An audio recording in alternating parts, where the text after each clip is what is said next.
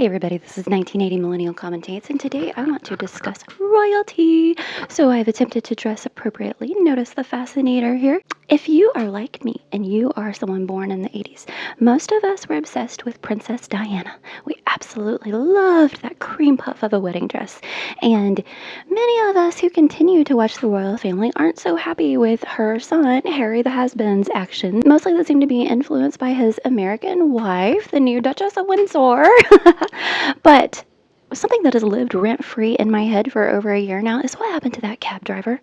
The cab driver from their New York catastrophic car chase made us all scared because all of us remember how Diana died, and none of us, no matter how irritating we find Harry and Meghan, nobody wants Diana's boy to die.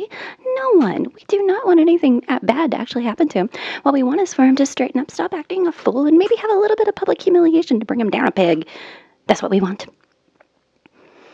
So, after they announced that catastrophic car chase, the cab driver who drove them started doing interviews. He was being interviewed everywhere, and he was being very, very gracious to Harry and Meghan. He never said that, oh, this didn't happen, they're ridiculous, blah, blah, blah. What he was saying is that the banging on the windows, the catastrophic actions must have happened before they got in my cab because we didn't experience that. He said, this is New York. It's totally safe.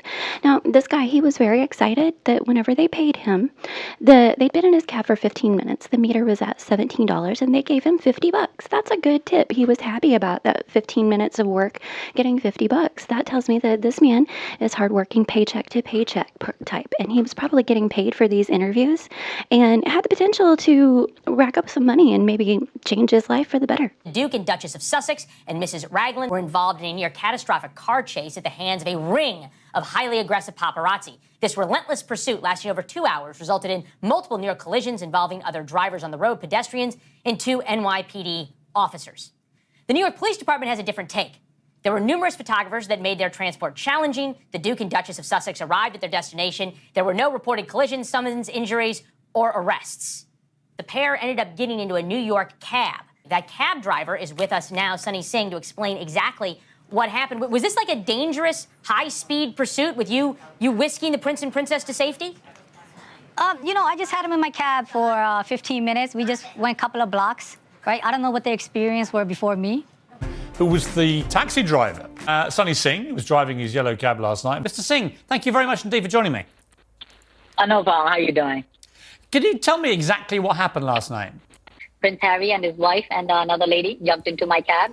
Eventually, they drove to the 19th precinct on the Upper East Side, where their security flagged down cabbie Singh. I was just crossing on 67 going cross town, and I see a security guard ask me if I want a fare, and I said of course. And then next thing you pull over, and next minute they were jumping in back into my cab. They were kind of nervous getting in, and stuff like that. I think they've been chasing all day long. Right, and then they were just about to give me the address where they were going. We were just making left turns and right turns, and that's it. They were not being that aggressive while they were driving behind us.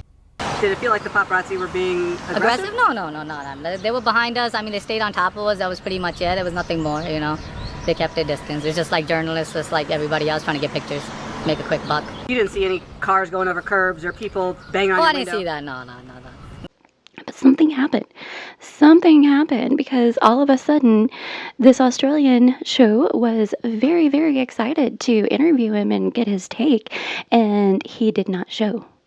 Well, we've been teasing all morning that we are speaking to the taxi driver at the centre of the Harry and Meghan paparazzi chase through the streets of Melbourne. We were all locked in. He was happy to come on and tell his version of events from our New York studio, but he's gone completely silent in the past half hour, Carl. We aren't sure whether he's signed up with 60 Minutes. Maybe. They've locked him in for an exclusive, but he's brushing their calls as well. It could be the Sussex's PR team. They've got a gag order in place. Yeah, since he didn't show, the question everyone has is, was he silent or was he silenced? What do you think? This is 1980 Millennial Commentates. Remember, don't rot your precious brain trying to keep up with all of this pop culture. Come to your 1980 Millennial friend. I'm chronically online. I'll have the tea.